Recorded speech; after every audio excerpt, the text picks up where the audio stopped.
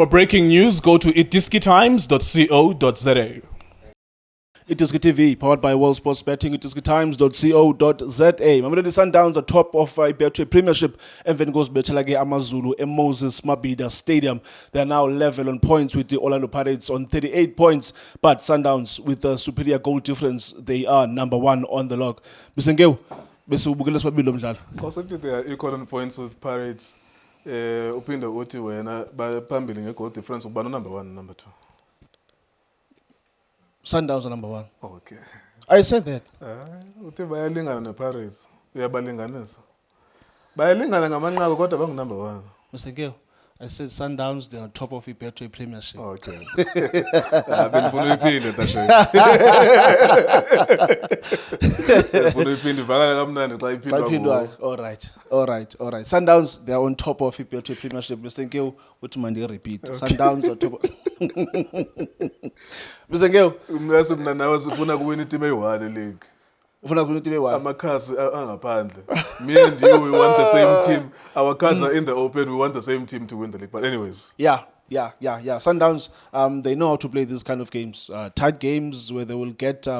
remember that game against Cocoon? Where ibonakala ngathi ngaba i-draw. Yeah, and they won very late in the game, they scored a goal. Same as namhlanje. Let's dive into it, Mr. Nkewu. Ubone njalo umdlalo namhlanje? Manibulisa sasheni, bulisa nakubantu emakhaya. It was a very interesting game because it was attack versus defense at the beginning. Amazulu decided to defend a lot at the beginning to allow Sundowns to have most of the ball possession.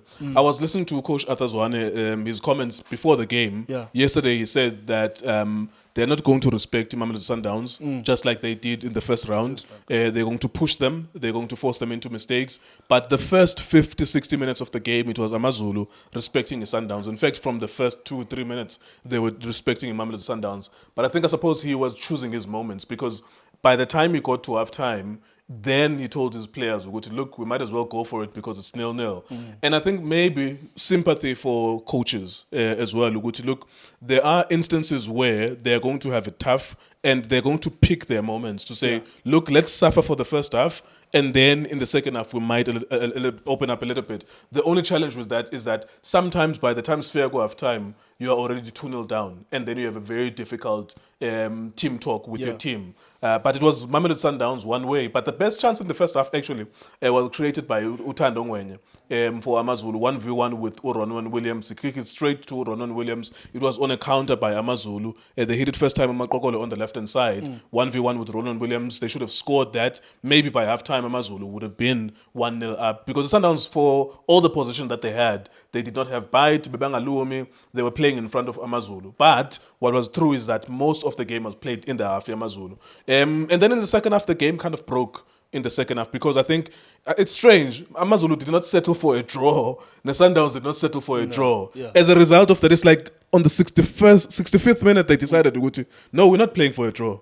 And then there were spaces open up. It was so interesting. It was so interesting from 65 minutes onwards because all of them kept on punching each other. There were spaces opening up. Abakuluman and Amane get yellow cards.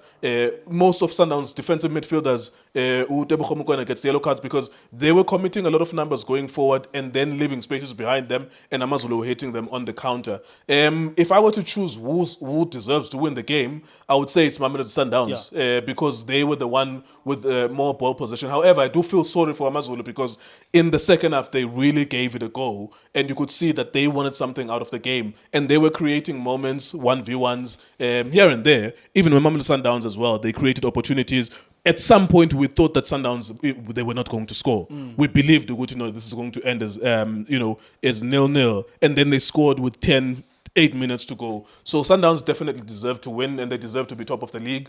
For me, this was such an interesting game. And it shows that there's pragmatism with some coaches who they would rather stay alive in the game as long as possible. And then when the moment is right, they open up. And that's what we saw with Coach Arthur Zwane. Sundowns won the game because they had a little bit more quality. They were able to bring Urenas from the bench. They were able to bring Marcelo Allende from the bench, Nuno Santos from the bench. That was for them, their quality rising through and winning them the game. Amazulu, the players that they brought from the bench were not as high profile. It was Tabete, it was umbanjwa, and it's chalk and cheese if you make the comparison between what Amazulu can bring from the bench and what Sundowns bring from the bench. You believe ukuthi lo mdlalo namhlanje apho une khona uwine from ebenchini and equality esuke ebenchini 100%, because this looked like a draw. It smelled like a draw. It looked like a draw. It was going for a draw. There wasn't much in the way. Amazulu were very organized. They had 5 defenders. They had Ukhadebe on the right, Kicken Allen central, Tariq Phillips central, Usandile Mthethwa central, Rian Hanamu on the left-hand side. And then they had 2 defensive midfielders. And what they did, and it reminded me of the game in Orlando Pirates and the Kazrick. Kazrick were not that great against the Pirates, but what they were willing to do is to work for one another.